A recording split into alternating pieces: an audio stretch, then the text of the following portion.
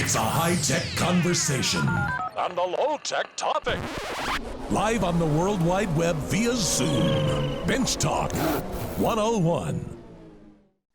Good evening, everyone. Welcome to Bench Talk 101. This week's a little special week because this is the first recording of the next year of Bench Talk 101. Last week was our last episode of the last year of Bench Talk, and we've had a great year. We've had loads of different speakers, and I think we should raise a glass to the bench and thank all our speakers, thank everyone for joining us every week, and especially a thanks to Jeffrey, who hosted Bench Talk for a very long time, and hopefully he will do in the future too. Cheers. Cheers To the bench. Cheers, everybody. And to the group. Right, so Bench Talk began last year with Jim Hendricks talking about a staircase saw for the Richard Arnold charity draw. And Jim made that, did that talk, and that was followed by a talk by Richard Arnold and by Bill Carter about their various, the various things that they made for the charity auction. Now I'm going to pass over to Richard Arnold this week, who is our guest speaker, and he's going to talk about the language of joinery. But I thought we'd begin just with Richard maybe just briefly mentioning the charity draw as well. Over to you, Richard. Thank you, Shanik. Hi there, everybody. Yeah, as Shanik said, it's just a year ago now that we did the prize draw last year. Due to COVID restrictions, we couldn't have our normal workshop open day and our normal auction. So Jim came up with the idea of having a prize draw, and we made Jim made a lovely saw, and I made a plane. I can't even remember. I was a strike block, wasn't it? Yeah. And Bill made one of his little mitre planes, and it went really well, to be honest with you.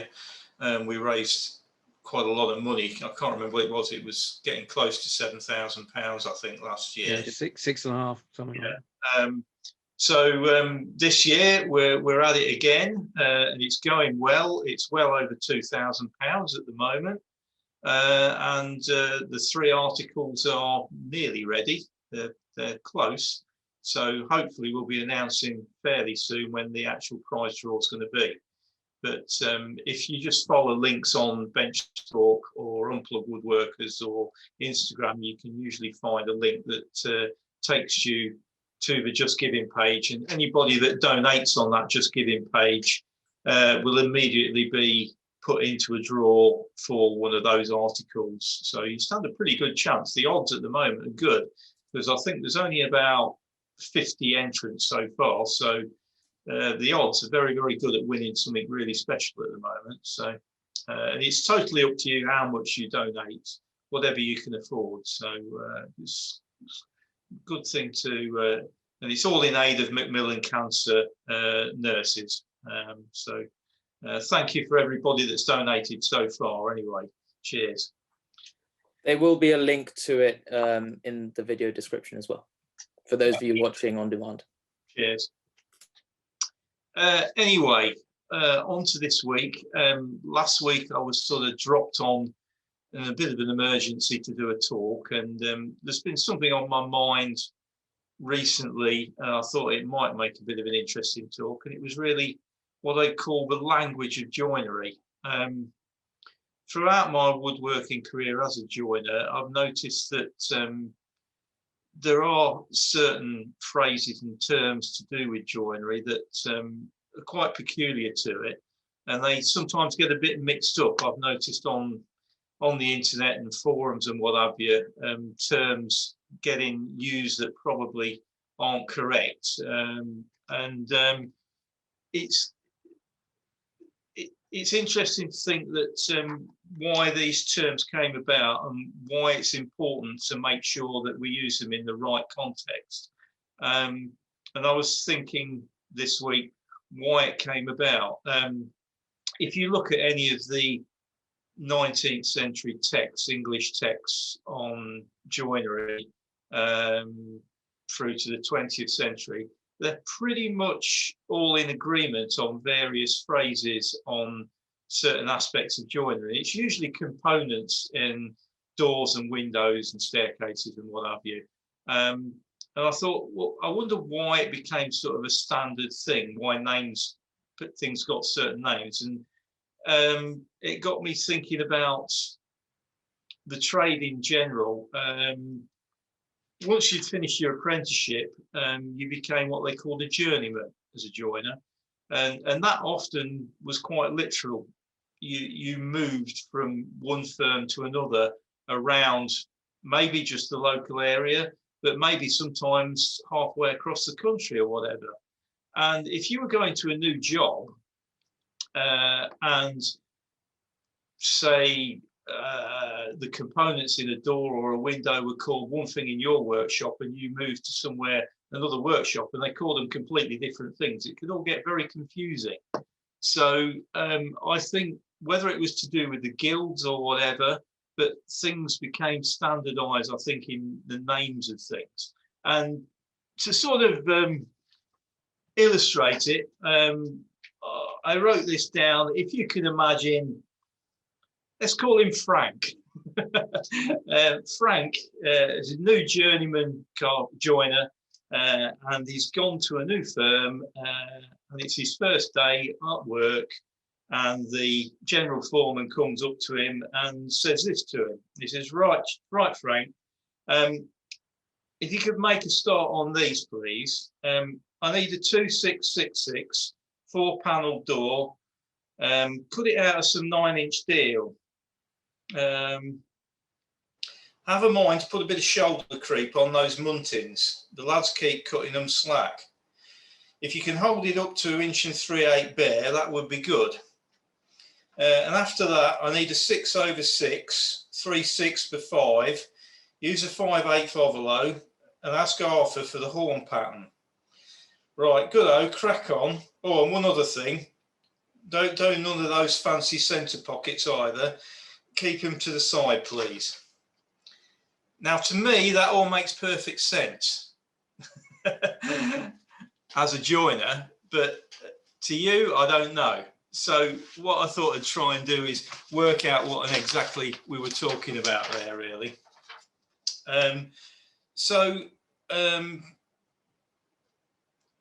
First off, if I can share a screen, we'll do a bit of a slideshow to go with this.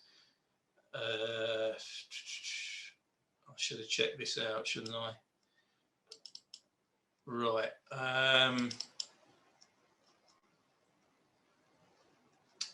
Can everybody see that? We can see the folder with all the images in it, but we can't see the image itself in large. You can't see that first image that I've put up? No.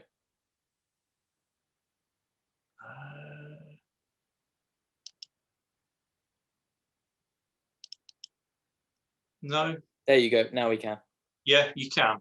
Yeah. Right.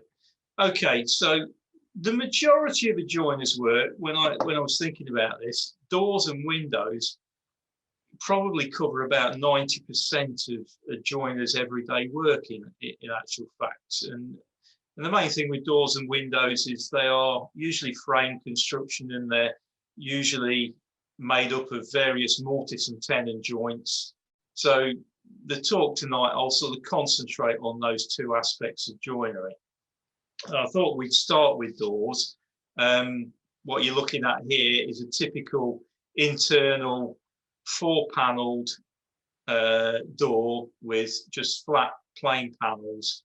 Thousands of them were made for sort of Victorian houses right through the sort of middle of the 19th century, right up to the sort of early 20th century.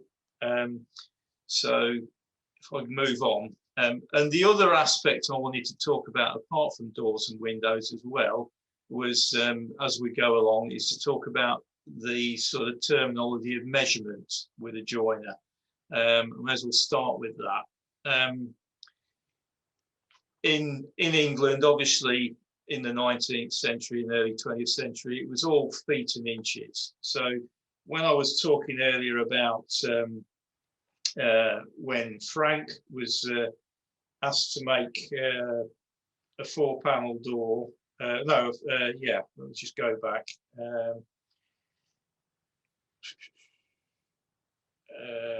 Got the wrong sheet. Yeah, so he was asked to make a 2666 4-panel door. What that was 2'6" by 6'6", which was a fairly standard size. And he was asked to cut it out of 9-inch deal. Now that's exactly what you're looking at there. That's a bit of 9-inch deal ready to start making that door that we saw earlier on. The phrase deal is an interesting one as well. Deal originally was actually a size of timber, of softwood, usually Baltic timber, redwood, European redwood mostly. And deal was a set plank size. I think it had to be at least 9 inches wide and at least 1.5 inches thick, if I remember rightly. But deal became a generic name for European redwood. So when I started my apprenticeship, we just called the softwood deal. That was the common name for it. Like I say, we were working in feet and inches. Sorry, shouldn't have touched that. A joiner doesn't really work much beyond 1/8 of an inch in accuracy. But 1/8 of an inch sometimes isn't quite accurate enough. But joiners very rarely talk in 1/16 or 30 seconds. So if I was measuring something and it was 12 3/4, but it was just a bit over, I wouldn't sort of talk about 13/16. It'd be 12 3/4 bare. Or if it was a 1/16 under, it'd be, 12 3/4 full. And if it was a little bit under, it would be 12 3/4 bare. It's a lot easier to just say bare or full rather than trying to count out the 16ths. And sometimes even when I'm writing stuff down, I'll write B or for bare or F for full. Or if I'm trying to be really accurate, I might write very bare or very full, as in a 30-second. But I won't write it down as a 16th or a 30-second. And a lot of joiners work that way. So you only had to sort of think about feet, inches, and eighths, and quarters, and halves. But those phrases were common in the trade, and they were in my youth as well. So, so the next thing I want to talk about is doors and different sort of types of doors and what they were called. A lot of these illustrations that you're going to be seeing are from Ellis's modern carpentry and joinery and carpentry that was written in about 1903 originally, I think. The simplest sort of doors that joiners make are usually called, we call them a ledged and braced door these days, and I noticed that a lot of these have been reversed in Ellis's day, and he calls it a braced ledge door.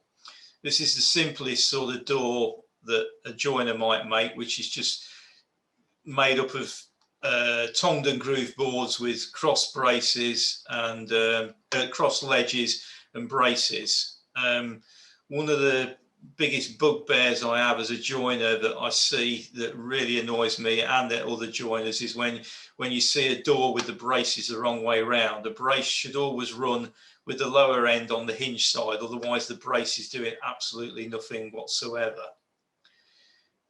Slightly up from a ledged and braced door is a framed ledged and braced door. Again, he calls it a ledged framed and braced door. It's very similar in a way, but this has a mortised and tenon frame around the outside. 4-panel doors, or just panel doors, come in a variety of sorts, and this is a very good illustration of the various names given to components in a door.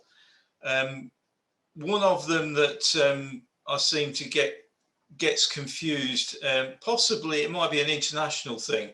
I see in America a lot of people calling glazing bars in America muntins, Now, in England, the only thing that a muntin in is a door. And if you look at this illustration, the middle sort of upright in a door, in a 4-panel door, is called a munting. There's a top munting and a bottom munting noted on there. And beyond that, you've got the top rail. We usually say middle rail, but sometimes they were called lock rails, and the bottom rail. If it was a 6-panel door and you had another rail above the middle rail, that's sometimes called a frieze rail. This illustration is good here because it's got 4 different sorts of panel configurations in here, which are the commonest ones. You've got like a flat panel, which is that one marked A on the top right hand side. He calls it a square sunk, but it's just basically a flat panel within a groove. The top left hand side he calls bead flush. Now this is the panel is flush on one side of the door, and the edge of the panel is worked to a beam mold, which is returned across the top and bottom with a separate piece of beaded wood. The bottom left-hand side is what they call a bead butt panel, which is very similar, but it's only got the bead running up either side and nothing top and bottom. It's sometimes called a bead flush panel as well. And the 4th panel at B is where you've just got the flat panel as in A above, but you mitre and place a moulded section around the perimeter to create a decorative moulded edge to the panel. This door here, there's a couple of phrases for this. In Ellis, he calls it a diminished style door. This is where the actual style of the door is thinner at the top end than it is at the bottom. And you have a sloping shoulder at the middle rail. And if you look at the shape of the rail, we very often call this, and I have found it in other books, it's known by joiners quite often as a gunstock style. And you can see why from the shape of the style. The reason it's sort of diminished at the top is to create a lighter area look to the top of the door and to let more light into the building. It's quite a pleasant door in my opinion. I quite like diminished style doors. This is actually a diminished style door you're looking at here, but it's got another additional feature that is actually called a marginal glazing bars, which is this series of glazing bars around the margin of the door, creating this grid effect. The bottom of this door has got what's commonly called raised and fielded panels. This form of door is called a, let me get this right, a double margin door. On larger entrance doors, particularly in sort of urban areas, London and the big towns, you'll see this. The doors are often quite wide and they look a little bit out of proportion if you make them just as a single door. So what they did, it is actually one solid door, but they placed a bead down the center of the door to create a look as though it's a pair of doors. And this is called a double margin door. The door's made up as a single door, but the top rails and the rails all run through, but the stiles are actually separate with a tongue running down the middle of them. Now moving on to windows, there are 2 main types of windows. You've either got what they call a box sash, which is what you're looking at here, or sometimes called a vertical sliding sash. Very, very common in England right through the 18th century and 19th century and into the 20th century. This is a typical Georgian style sash. And when I was talking about Frank was being asked to make a 6/6, this is what he's talking about. It's 6 panes over 6 panes, 6 panes in each sash. So he would have known what he meant by 6 over 6. The other form of window in this photo here, you've got both. You've got a pair of 6 over 6 on the ground floor box sashes there, and above it you've got what we call casement windows. These are solid framed windows with what we call a casement usually hung on the side. On these you've got one on the first floor there where there's 2 opening casements either side, and the central section of that window is slightly different in the fact it's what we call direct glazed, as in the glazing bars run directly into the frame as opposed to having a fixed light or casement in the middle just put into the middle rebates. And then the one on the first floor is just a single side hung casement. So they're the 2 main types of windows. There is one third one that I wanted to just illustrate that you don't often see talked about, but in my area in the Midlands, we always refer to this as a Yorkshire sliding sash. I think sometimes in the south it's more commonly called a horizontal sliding sash. It's similar to a boxed window, but there is no weights in this. And you have one fixed side and one sliding sash that slides across horizontally, running on a wooden rail on the bottom edge. But like I say, it's called a Yorkshire sliding sash in our area, but sometimes called a horizontal sliding sash. Moving back to the boxed section's vertical sliding sash. This is a typical sort of set out. You've got weights held within a hollow box here that counterbalance the sliding sashes. In between the weights, you can see a very thin strip of wood. This is called a parting slip by most of the texts throughout the sort of 19th and 20th century. But in our workshop, I don't know whether it's a common phrase, but we always called them wagtails. I don't know whether anybody else has ever heard that phrase or whether it was something just made up in our workshop. You do get this where various workshops do have their own terminology for some things. It's got a solid sill. Then the central section of the box is called the pulley style because this has the pulleys for the sash cords to roll over, cut into it. And then you've got what we call linings on the outside. You've got inner linings and outer linings.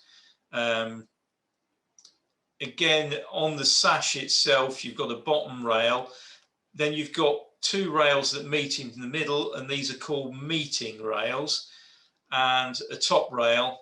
And then the only other thing you've got is what we call glazing bars. Again, this is sometimes referred to in North America. Sometimes these are called muntins, but it's not something I've ever heard them called in England at all. You have vertical glazing bars and horizontal glazing bars. On some windows, you have a little projection that strengthens up where the middle rails meet.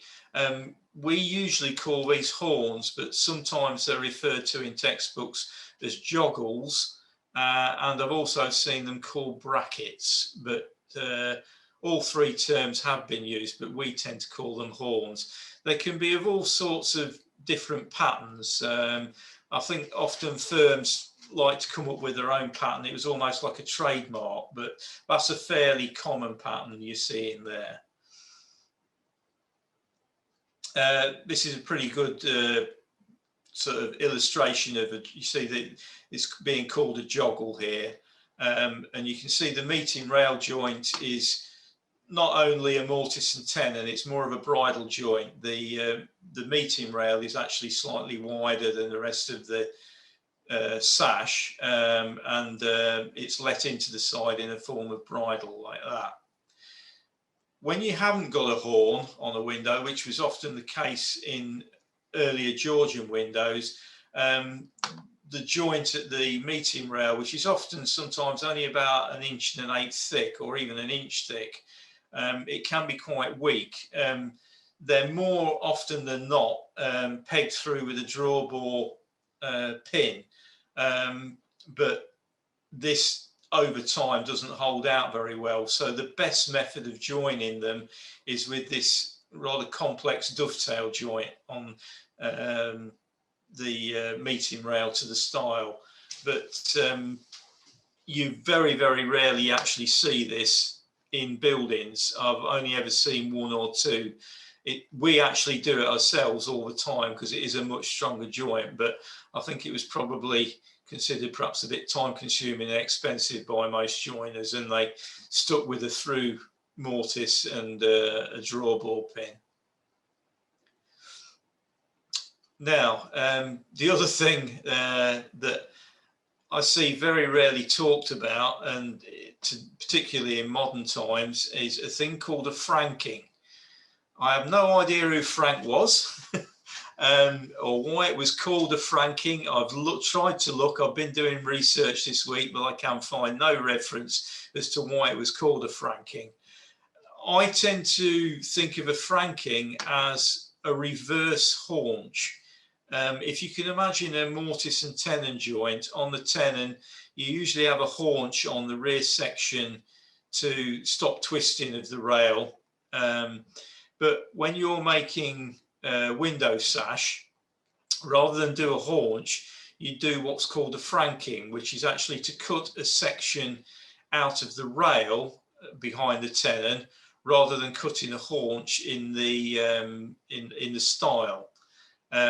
This is an illustration I took of how I actually do it. So you've got your tenon coming through here. I've used a cutting gauge to mark along there the actual width of the stile. You make a saw cut down to the depth of your sort of haunch, if you like, and then you chisel out this section out of the rail. Now, the reason for doing this is, if you look there, you've got quite a long surface to wedge up against. If you can imagine, if that had a haunch on instead of a franking, it creates a very short section to wedge against. And also it prevents water ingress. If any water gets in the 2 shoulders, it wouldn't run in and then down into the haunch where it could cause rot. So it's actually better for weathering as well. And this is the style of the window. You can see here that section remains rather than being cut out as a haunch, and then you cut out a section just behind for the moulded section there. The other time franking is mentioned is when you're sometimes doing a glazing bar, particularly when it's a covanastrical like this, and you get what they call a franked sash bar. Here, rather than simply mitering the mould into the vertical sash bar, you're cutting a section away, a bit similar to the sort of franked mortise and tenon. It makes a much stronger vertical bar because you're not taking the strength out of it. So that's the only other time I've came across the word franked used in joinery terms. When I was talking about sash pockets, when Frank was asked, don't do any of those fancy central pockets, when you cut a pocket, which is basically an aperture in the pulley style of a sliding sash window, this is so you can gain access to the weights in the box once the window's fitted, in case you ever need to replace the sash cords. And we have always used the same method. We do what they call a side pocket, which is to, what you're seeing here is this is the back side of the pulley style. I've drilled 2-inch holes with a flat bit, centre bit in a brace. and then I've made saw cuts across into that with a dovetail saw, and then done the same from the other side into the groove where the parting bead runs, and then you saw down the groove that the parting bead goes into, down the pocket, and then you place that on the bench and give it a sort of tap with a hammer, a heavy tap from the hammer from the backside, and that will split out across where you've sawn down to, and you can remove the pocket. And this is what we call a side pocket. Now, some joiners went to the efforts of putting the pocket in the middle of the pulley style. I can see no great advantage to it.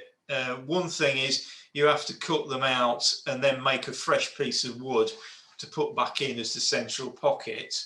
It's a lot more fiddly to do. And if you're changing a sash cord, if you have got a side pocket like this, you only have to remove one staff bead on the inside and one parting bead, and you can gain access. If it's a central pocket, you've got to take all the sashes out and everything out just to replace one sash cord. So although it seemed a clever thing to do, a lot of joiners considered it, I don't know, a bit of a gimmick, and we've always done side pockets. I'll stop sharing now. So that was really it. I wanted to leave some time so people could ask questions, whatever they like, about various terminologies. I hope you found that interesting. Thanks, Richard. I can see from the comments that everyone was chiming in with what they call different things, where you said that there were various names in different workshops. I think we're going to move on to the questions, and anyone who's not joined us before or hasn't is joining us for the first time, if you want to ask a question, just pop your name in the chat and you'll be asked in order. So I think the first question is coming from Hank. Hey, Richard, the great talk was wonderful. I followed your windows that you did, which was just very enlightening. So thanks for that. Love the, mullion mutton is what I always have heard, right? So there's no differentiation then in Europe on the verticals and the horizontals? No, but we just call them glazing bars, and they're either vertical or horizontal, and that's all there is. Yeah. So a muntin is, you only find in England, you would only find a muntin in a door. You would never find a muntin in a window. You have mullions in windows, which are the vertical, and you will have a transom, but never a muntin in a window. Interesting. That didn't follow across. That's so funny. Yeah. So that's it, Shrenik. Thank you. Cheers, Hank. Rob? Hey, thank you, Jeffrey. What an enlightening presentation. I'm just curious about the joinery that you were talking about. It's similar to they do in France, how they build some of the cathedrals, and they talk very similar about Frankish type joinery. I don't know, could that possibly be that term? It could well be. I mean, I was thinking about this all week and where these phrases came from, and I often wonder whether some of them came from the Masons Guilds, maybe medieval masonry. Obviously, I think things like mullions definitely come from medieval masonry and possibly from Europe. I think a lot of them are perhaps French-based words, so it wouldn't surprise me at all. That's quite interesting. Yeah, I wouldn't be surprised if franking came from France or somewhere in Europe, definitely. Thank you. I appreciate it. Well, I've never heard of franking in masonry, but I'd need to talk to a mason whether they use a franking joint at all. That would be quite interesting to find out. The group is, I think it's called, I don't know how to pronounce it in French, Stereonominy. It's their construction of wood joinery for larger buildings. Maybe I'll share the Facebook page with you. It's a French Facebook page, and maybe you can do some further research from it. Thank you. Oh, you're welcome.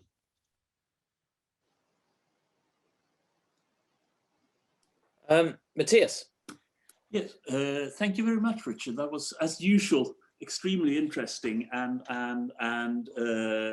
illuminating in many ways. I probably will not be able to sit an exam on this kind of terminology anytime soon, but I find that the whole subject of what you call things in different languages fascinating. I mean, as you know, my mother tongue is Swedish, so if ever I'm talking about something that I've learned about from an English text in a Swedish context, I try to find what the right word is, which is not always easy because A, they will never be in the standard dictionaries. And even if you do an internet search these days, you tend to find, I think, all sorts of, well, not necessarily misleading on purpose, but misleading information because someone is using a term, but they have misunderstood, as you were talking about, that you have heard you've seen something used in one way, in one place, and you repeat the error, and someone else picks up on your error, and it multiplies. That was more of a comment, but I did not quite understand the function. The last thing you were talking about, the access to the box for changing a chord or something like that. I didn't quite understand how that thing would work when in place in the window. Do you think you could? The piece of wood is cut out of, yes, out of the side of, well, the face of the pulley style of the box, and it's only there for years. You may never need to get in there, but if the sash cord breaks, you have to, it's usually fixed in with a screw at the bottom, and the top is held with almost like a V'd halving joint. The way you cut it out. So you undo the screw, that pocket can then be removed.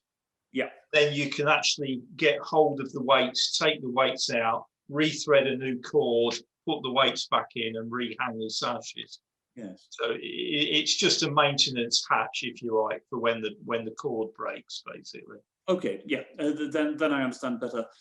Also, I mean, Sash Windows is in my experience, or at least as far as I've understood, it's mainly an Anglo-Saxon thing, isn't it? You don't see that many of them on the continent, and you don't see them very much in Scandinavia.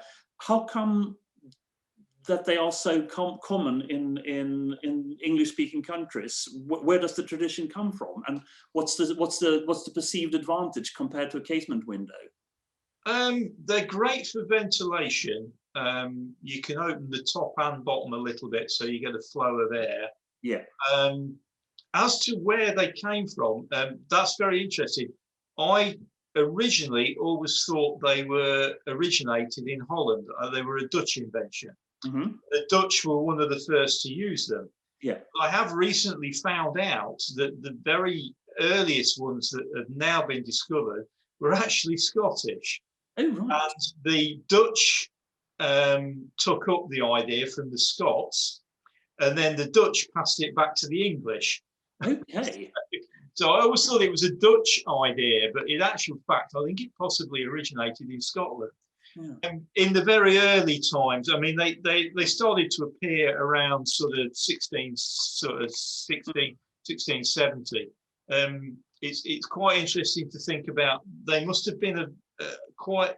I mean, they are complex things to make, and the glass in them would have been very expensive. But it's interesting to note that it's amazing to think, really. Some of the very early ones were in London. Mm-hmm. And then sometimes when somebody in a household in London decided to move to the country, they took their windows with them. Blimey. they took they were that precious. They would take windows from their property. It wasn't considered to be part of the property that you left behind. They took their windows with them and built them into their new house in the country.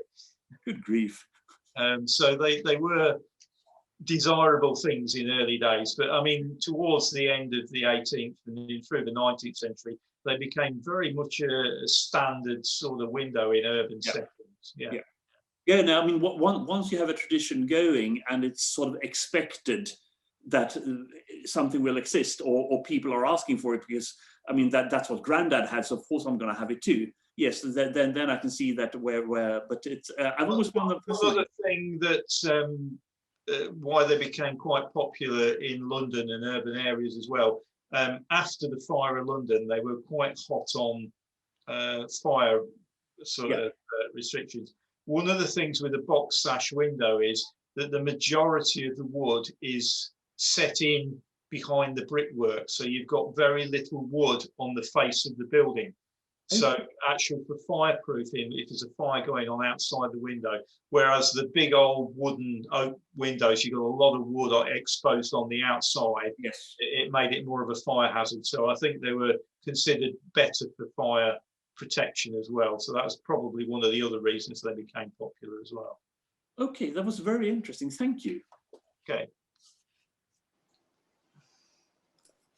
Okay, I believe we're over to Scott.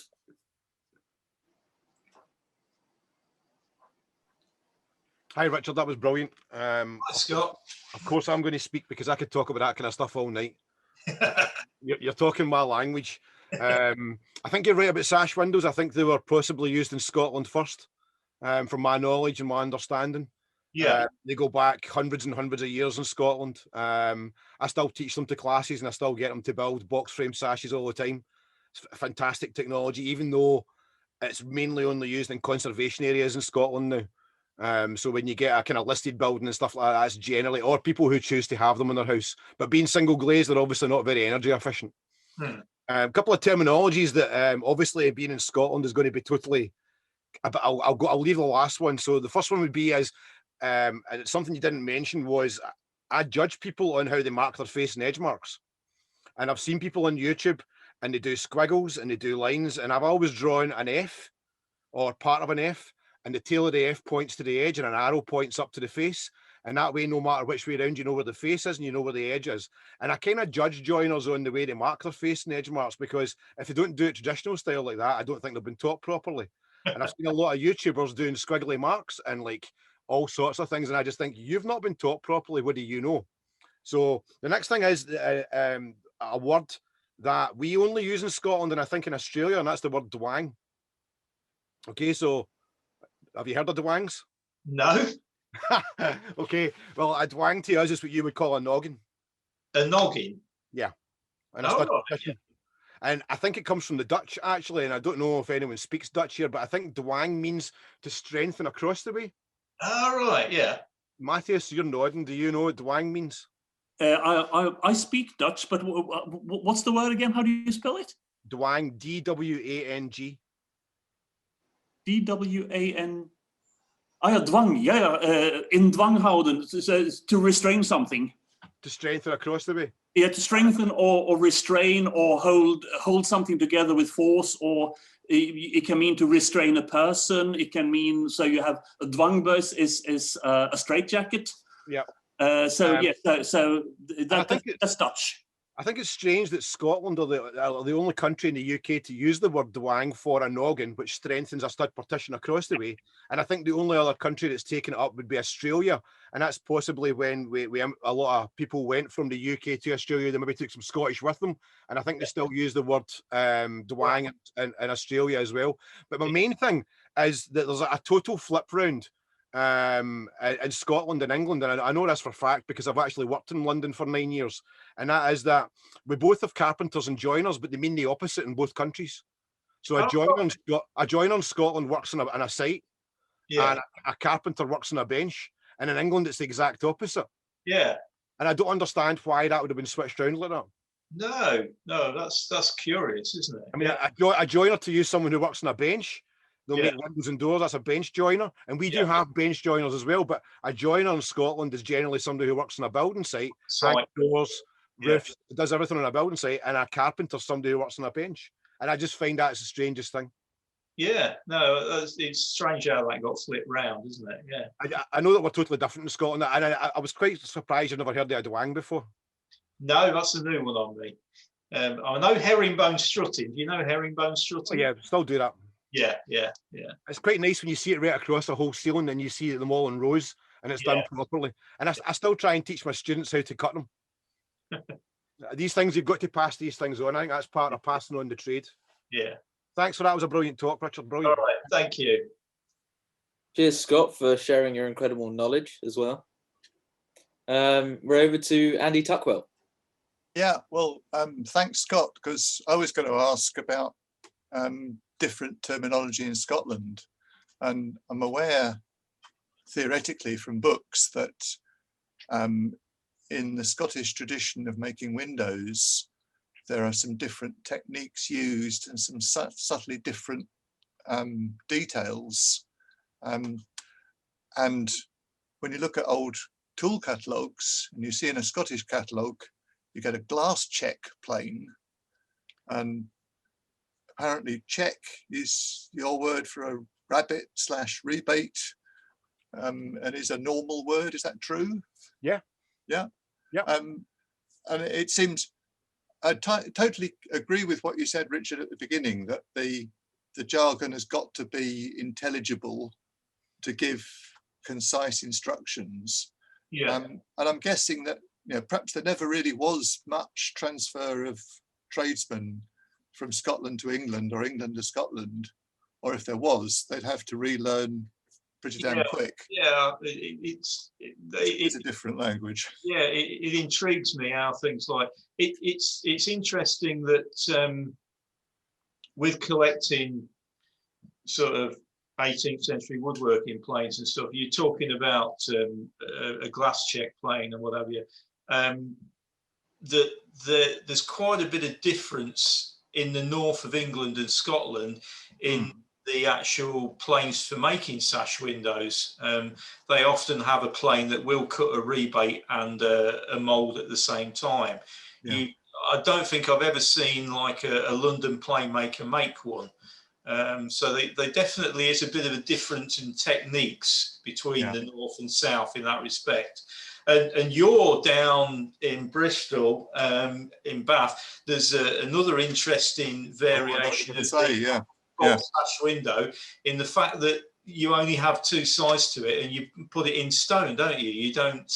It's a Bath thing, not a Bristol thing. Yeah, it's a Bath thing. The lower sash comes down. Yeah, it doesn't meet a piece of wooden sill. It goes straight on to the slope. Oh, on the bottom as well. The sill as well, stone, is it? Yeah. Oh, right. Yeah, I know there's only like two sides to the box. There's the pulley style and then the internal style, and the external lining is actually stone, isn't it? Yeah. But I mean, only once you've got the special language can you actually notice that sort of detail. I think that's what you're really saying, isn't it? That you need to know the terminology to see the differences. Yes. And where, not being a farmer, I would just see a sheep, but a sheep farmer would see that a sheep for the hills is totally different from a sheep for the valleys, and a sheep grown for wool is different from one raised for meat. In the same way, you will immediately notice that the braces on that door are the wrong way round, and you will see whether it's a stuck moulding or a planted moulding, and those things are obvious because you know there's a difference, because you know there's a word for the difference. I think the knowledge of the craft has to go along with the knowledge of the words. Otherwise you can't abstract the knowledge. With the brace thing, I blame Walt Disney, actually. You look at any of his old cartoons, whenever he draws a ledged and braced door, he puts the braces the wrong bloody way round. I'm sure it's Walt Disney that started it. You could be right. And also, Andy, if you say about a farmer seeing a sheep, if you were also Welsh, you wouldn't really see a sheep, you would see a leisure centre. Somebody had to. Yeah. I've seen somebody argue online, and I'm with you on the braces needing to be from the hinge side upwards. But I've seen somebody argue online it's all about tension and compression. And what they were saying was that if the brace was going the opposite way from the hinge side down the way, then it's under compression rather than, it's under compression, tension rather than compression. So it's the opposite, but it works just the same. And I could get my brain around it, and I kind of understand it, but I still don't agree with it. No, the joints aren't right for it, are they? I mean, if you've got a shelf like that one behind me, you need a bracket that comes up underneath it to hold it. I could put a bracket down the way on that and it would still hold it up. Yeah. Oh, well. We care. Okay. All right, we're over to Chester. Hello, Richard. Hello. That's great. It's fascinating, the differences between the nomenclature in the States versus the UK, as well as in Italy. And one of my favorite things when I'm touring is to look at the windows and the doors and the hardware and everything to see the differences, because it's just a wonderful variance. The thing about the muntins and the mullions, we use the term muntins here as any of the dividing rails between panes of glass. And the mullions is the wider section of board that's put between two what we call double hung casement windows. You call them box windows, but so the nomenclature is interesting to be varied as well. But on the muttons, it doesn't matter whether it's here on this side of the pond. It doesn't matter whether it is on a door or a window. The point is that it's the division between the glass panes as opposed to the divider between two windows. Yeah. But I find it all fascinating. I think it's great. Do you ever use the term glazing bar? Only when I was doing metal glazing bars. Yeah. So they never call the wooden muntin, in your case, a glazing bar at all then? It's never referred to as a glazing bar? No, just generally as a muntin. But specifically, some of them are different because not all of them are glazed. Like in some china cabinets, you'll do a wooden strip instead of using glazing compound. So they're not glazed in, they're actually wooden, particularly in ones that you feel like you're going to be changing them a lot and where you don't have to worry about the cold and the breezes. Right. So in interior pieces. Yeah. And then what we call coping, where you join one of the rails to the other, but rather than mitering it, you shape it to the shape of the alternative molding, and we call that coping. Yeah, we call it scribing in England, but yeah, same principle. Yeah, it depends on the mold. The ones I was showing were Covenascal. They're very difficult to actually scribe because of the complexity. So they're usually sort of half mitered. Whereas if you were doing an ovolo, we would cope it in your terminology. We would always cope it rather than miter it. Another interesting thing was on your full through mortise and tenons, you wedged each side. And I don't know if that was a temporary or that's the permanent fixture on the first slide you showed. Look how old I am. On the first picture that you showed of the door being put together, where the tenons came through, you did two wedges on each side of the tenon. Yes, yeah. Can you speak to that a little bit? Because in general, a lot of times that's not done. It's rather pinned through the center, and you allow a certain amount of movement for your cross members, so that, particularly in the case where you're working a little greener wood, rather than kill dry. From what I've seen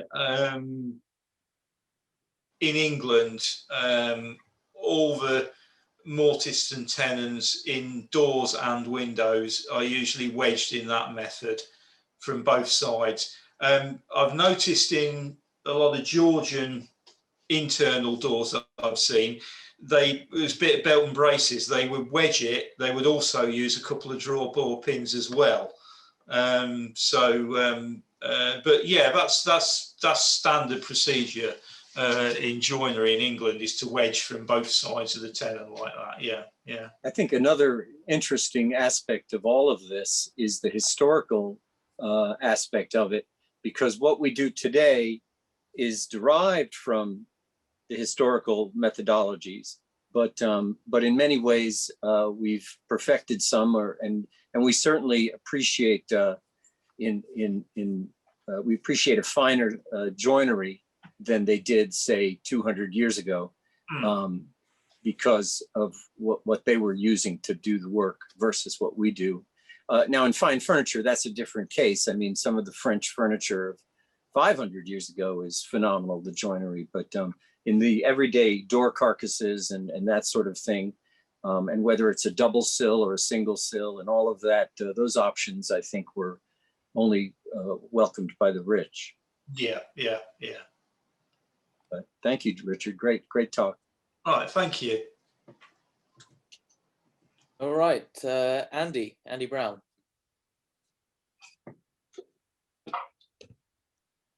Yeah. Well done, Richard. Excellent talk.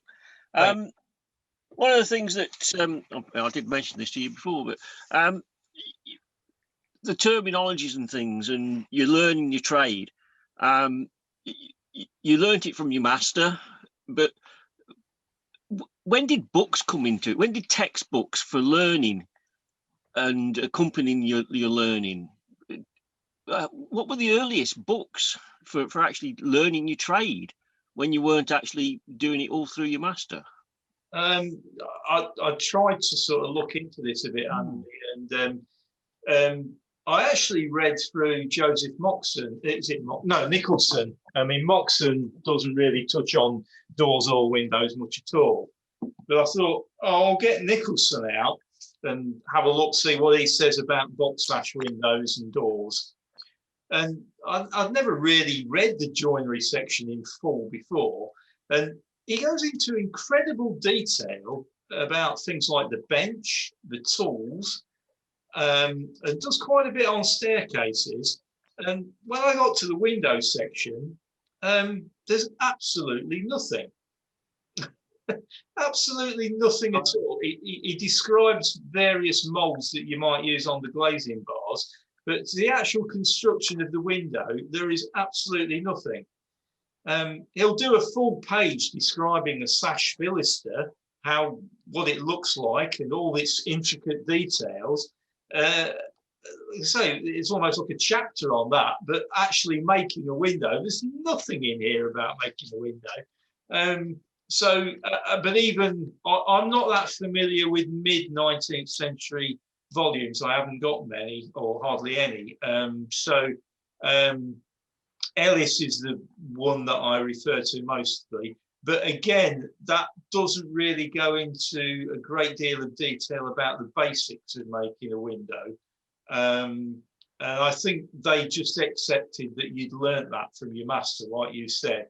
I think most of this knowledge was just passed down hand to mouth from your master to the apprentice, and very little was actually read by apprentices about how to make a window. It was just learnt at the bench. That was one of the important factors for me, was getting the reprints done of the door and window making book, because that book was written by an anonymous joiner who was worried that those skills were being lost sort of at the beginning of the 20th century, and he tried to write down the very basics, and it's one of the few written volumes I've seen that deal with that very basics of making a window. But even then, he still sort of takes it that you understand a lot of some of the very basics anyway. It's not perfect even then. So when the terminology was first written down, I don't know really. It's a good question. It needs a bit more research, Andy.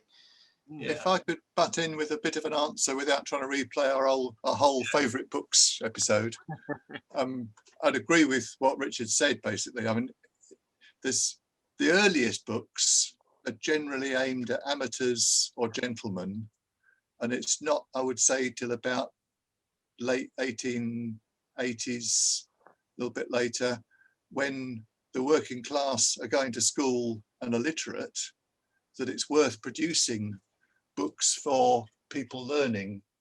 And yeah, the old literacy one thing. here, that's geared to an instruction course. You can see it's published by the International Correspondence Schools Limited, and it's the sort of thing a student would be expected to buy when they were enrolled in a college. I think this is probably about the turn of the century. Yeah, 1914. Yeah, you're exactly right there, Andy. Because when was it? 1880 something when school became compulsory or whatever. Sounds about right. I mean, yeah, it's 1886 or something like that, isn't it? So Yeah. you're right. Yeah, I suppose before that, there's a good chance that they were illiterate anyway. Yeah. Yeah. So it's coming together of several things. It's the literacy and the cheap printing with steam-powered printing presses. And you look at things like the woodworker that said when it started, this is actually for the working man as well as the amateur, and that was 1900. But amateur magazines were a little bit earlier. I think they were 1880s or so for amateur work. So it's around about that sort of time, but not nearly as far back as the 18th century stuff. It's frustrating. You know, we've got, even at that point, though, you've got the change of what happened with the education. So it was literally, they weren't really producing the books to teach the people how to do the skills. They were just actually doing the skills. Yeah. The books came a bit later. You know, when you talk about the woodworker, that is your hobbyist, market really. And literally, when you look at it and you look at so many copies of it, you realize it's just revamped articles over and over again that come through. But when I look at it, I look at it from the 1930s coming up through for the colleges and things. But actually, the biggest trend was in the 50s when they had the first sets of technical colleges, and that's when you had the authors then writing the books specific for the courses that they were doing. it's in the other room, but I've got one from 1870s, which is definitely geared to a course at a technical institution in London. Okay. Well, that Henry Ford book that I presented was much earlier, and that was a technical book from around 1910. So, but I think that the technical books was the 20th century and the industrial age, and that's when a lot of this sort of stuff started being written down and normalized. I think before we indulge any further into the history of the books, I think we've got another topic talk coming along for next week. I think I sense a topic, so maybe we'll go back to the books again next week. Well, we didn't quite exhaust it, did we? No, definitely not. Clearly, there's a lot more to talk about. Something I came across in my research on apprenticeships was, and I think obviously maybe a very efficient country in certain ways, was Germany. And I think when I came across German apprenticeships in mechanics, and of course it's across all trades anyway, they encouraged their apprentices to sit down for half an hour every day and write a daily journal on what they were doing and exactly the type of terminology they were doing. So they would produce like a journal of things they were taught, terminologies, and this goes back obviously in Germany. It's not so much used in the UK now, and it hasn't been, and even in my time, I was never encouraged to do anything like that, but I can see it being very valuable. You're actually writing your own book in a certain way, so all the skills you're taught and all the terminologies used in that day by the journeyman teaching you something is written down, and you keep that in a daily diary or a journal, and that's something you could flick back on in future years and use as reference. I've never seen it used in the UK in the past 50 years. I don't know about before that, but I know in Germany it's something that was encouraged for a long, long time. I think apprentices in Germany always did it. When was that, Scott? Oh, I can't remember when I found that out. I'm sure it goes back before World War II, early 20th century at least. Yeah, again, after literacy, after obviously, a worker now could read and write. Yeah, exactly. All right, I'm going to try again to bring orders back to the call. Back over to Eric. Hi there. Thanks, Richard. A fascinating talk. I always feel language is an enabler. If you know what you want and you try to look it up in the Screwfix directory, but you don't know what it's called, you can't find a Screwfix index. You don't know what it's called, you can't find it. So you go into the shop and behind the counter makes you feel like a complete idiot because you don't know what it is you want. You know what it is, you just don't know what it's called. So it's always useful to do that. And I used the term dwang. I thought that was a sort of universal thing. I didn't realise it was mainly Scottish, so that's always useful to know. But I've got a sort of technical question. I'm doing four sort of a double garage at the moment. I'm doing four doors for it. They're about 2.2 meters by about 1.5, and I'm doing a frame and panel door. And I had thought that if the frame was quite wide, it's about 210, but 10 inches or something. And I was going to tenon that in and then peg it. And if I did that, I thought I wouldn't need the diagonal braces. But I've spoken to a couple of folk and they've said, oh yeah, it will shift. You'll need to put the braces in. Is that right, or can I get away without them? It's one less job to do. On a door that wide, I don't think I'd risk it. I would put the braces in. You don't have to do any fancy joints really when putting the braces in. You'll often see them let in to the rails a little bit, but that's a good way of doing it, but you don't have to. They can be just cut in between the rails neatly and sort of nailed or pinned in, and then fix. You got tongued and grooved boards. You say it's a panel on the outside. I haven't got them yet, but they will be tongue and groove. Yeah. Well, if your brace is fixed to your tongued and grooved boards as well, so it's not a particularly tricky thing to fit in, and I would thoroughly recommend you put some braces in. The only thing you would need to do, Eric, is put in barefaced mortise and tenons in the middle and bottom rails to allow the panelling to go across it. Right. So it'd be 2/3 of the width, and then a third. So your middle and bottom rails would be barefaced, and then it would allow you for vertical panels to go from top to bottom. Yeah, definitely. Yeah. Right. Okay. No, I hadn't thought about that. That's useful. Thanks. Yeah, it's another one of the bugbears I hate to see. I hate to see bottom rails in tongued and grooved boards. They should always run to the floor. They just rod out. They're let into the bottom rail. It's really bad practice. Yeah, much better with a bare-faced rail. Yeah. Okay, I'll try that. Thanks, guys. Every day a school day. I just love this. Thank you. Good luck on making the doors, Eric. I think I might need it. I'm pushing my skill levels out there. All right, I think Chester has got another question. I'm not muted. Okay.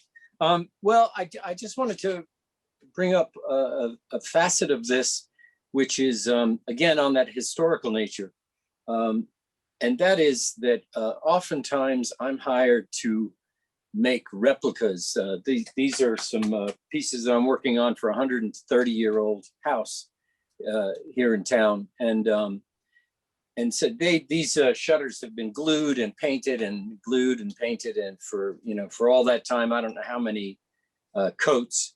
But a lot of times I learn the construction of windows by doing replications of existing windows. And oftentimes, particularly in old farmhouses and things like that, when I'm making the double hung sash windows, I find different methods were used where the two casements, where the two windows meet. You have this angled piece to keep the wind from going through. You mentioned that, but on this, for instance, these mortises on one side are 3/8 of an inch, and they're only a 1/4 inch deep on the other style. And like I say, these were done 120 some odd years ago. But I wanted to talk about, Richard, when you're doing a new building, as I assume that you do more of, as opposed to just replicating what was there, how do those two things different? Or can you touch on that some? There's no specific answer to my question, but I wonder if you'd speak about that. Yeah, it's a good question, really. I mean, a lot of the work I do joinery wise tends to be in older buildings, so I'm often replicating what's already there, replacing what's already there, so I can use traditional methods. But we do new windows for extensions or whatever, and even in England, well, in the UK, we have what's called listed buildings, grade 1 and grade 2 listed buildings. But even in grade 2 listed buildings, they are now allowing some leeway in that they will sometimes allow double glazing and things like that. We have sealed units now that we can put into windows that are quite thin, and they have a narrow edge spacer bar, so we can do narrow bars and things like that. And once you introduce double glazing, that can alter the construction of the window considerably. So we have to make allowances for modern materials to some extent, yeah. So you have to sometimes compromise on the construction. When you're doing a double glazed sash, for instance, when I was talking about a franking, when you do a double glazed sash, the mortise sometimes has to sit within the rebate where the glass goes. And if you're doing that, you can't do a franking, for instance.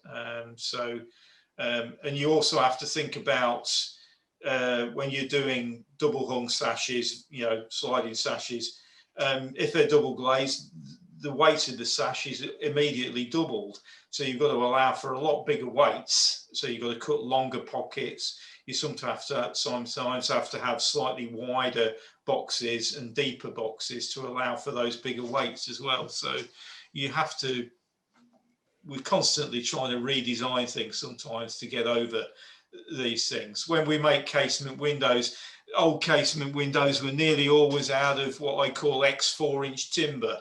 And the sashes were all out of X 2-inch timber. But with modern double glaze units, we've had to take that up to 5 inches for the frame and 2.5 for the lights. So, we do have to sort of alter our designs and to suit modern materials, basically. Yeah. This job has around 40 different shutters. There's 20 windows, and there is a company that will manufacture these for this man, but they'll do only shutters that they make today. Yeah. So they won't match his colonial house, and so he's hired me because I'll do it the conventional, the way that they were made. Yeah, exactly the same, and that way they'll match, including getting the hardware right and everything, because they won't even on the new shutters, they're purely decorative. They're no longer functional. These companies aren't making functional shutters, so you don't have a lap joint in the center, and they just meet, and they don't really meet because the hinges are no longer functional hinges. So and there's a little bead on the one of the styles that they wouldn't put on at all. So what he was going to do is have them make them and then bring them to me to do the lapping and doing the bead afterwards. But I told him it was just as easy to manufacture them myself, not have to deal with it. I would always say that what you're doing there as well is that's one of the best ways of learning how something is actually made, is to take apart an old window. If you ever get the chance to take apart old windows or doors, you'll learn so much by just taking those apart. And I often find it fascinating. Sometimes you're saying one side's 1/4 inch deep and the other side's 3/8. Have you worked out why? Did they make a mistake? I love finding sometimes mistakes in and how they've got over them. You can see how somebody, oh God, I've dropped a clanger there. How am I going to get over that? And it's only sort of 150 years later that somebody finds out that they made a mistake. But it's amusing to see how they got over it, and nobody's ever noticed. Yeah. Well, I wondered if they did the deeper mortise on one side so that they could repair these later by being able to slip one in deep and then slide it back. But you really don't want that. That's not. No. Chester, You know. Is the shallow one on the hinge side? No. Because if it was on the hinge side, then it would have less of a mortise, and you might have more wood for actually screwing into with your hinges. So you're not actually the deeper one is on the hinge side, and you're looking at the style is about 2.5 inches wide, so there's plenty of room for the screws and the hinges. There's really no real reason for it that I can find. I think Richard's right that it's a 125-year-old mistake that the guy never thought anybody would find. So I'm not recommending that company. All right, we're over to Steve. And that's going to be the last question, because I think we've gone on quite a while. I found it very interesting, and being an American, you remember we got the Scots, we got the Netherlanders, and we've got everybody from all the rest of the world. So we're the melting pot of terminologies. So we call them different things based on what you were raised. And I think I figured out why you don't find a lot of how-to books on building windows and doors. And that has to do with the fact that your trade union or your guild for the town or whatever, all of your, how you built it was kept a secret. And the only way you could keep a secret is not writing it down.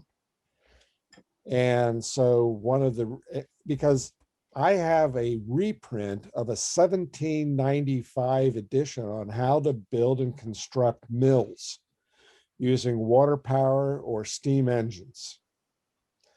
And so technical books on how to do it, how to build it, how to design it did exist in the 1700s and maybe even earlier.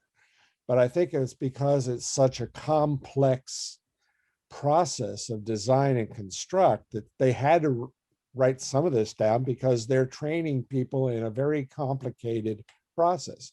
However, building windows and doors are relatively simple as long as you know what you're doing. And so in order to be the person who builds the windows and the doors in your town or community, you wouldn't want to pass your secrets on so anybody could do it, because that's allowing competition to come in to play. And so until you start seeing mass production, do you see any kind of how-to books for the gentleman carpenter or whoever? Because the trade guild for the communities and towns have more or less gone away. I'll give you a quick example of a lost art: coach and carriage building. We know how to repair them, we can reproduce them, but we don't know the step-by-step process to get from point A to finished product. And so there are no books on how to build coaches and carriages. And our touchstone for that is Colonial Williamsburg, because I've talked to the coach and carriage restorers and repairers and buildings there and say they will not teach it, they will not demonstrate it to the public because they cannot document. And all of their research at Colonial Williams has figured out that, nope, we can do it, but we can't teach it as this is how they did it then.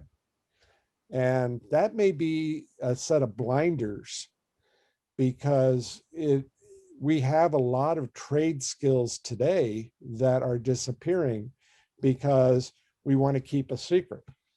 But there's no one out there actively going after and finding trades. And how do you start with a raw board and finish, take it from beginning to end? And I think what Chester was pointing out is, yeah, and Richard, you're right, take apart an old door, an old window. And we've done that at Sutter's Fort. And we found out that they were milling they had milled redwood in as part of the composition of the doors we used at the fort. And we then learned that, yes, there were active mills happening back in the late 1830s in the San Francisco Bay Area, milling redwood. And for us, redwood is redwood. It's not cedar or whatever the Europeans call redwood. But anyway, thank you very much, Richard. That was excellent. I loved the talk. Thank you, Stephen. Thanks, Richard, for a brilliant talk, and thank you for everyone for your questions. We've gone on quite long. We haven't done this in a few weeks now, and that was great. I think we learned. I think everyone's learned quite a lot. We've learned about both the British methods as well as the Scottish and American terminology and so on. And I think this brings our first talk of the next year of Bench Talk 101 to a close. Cheers, everyone. Cheers to the bench. Cheers to the bench, Richard. Cheers. To the bench.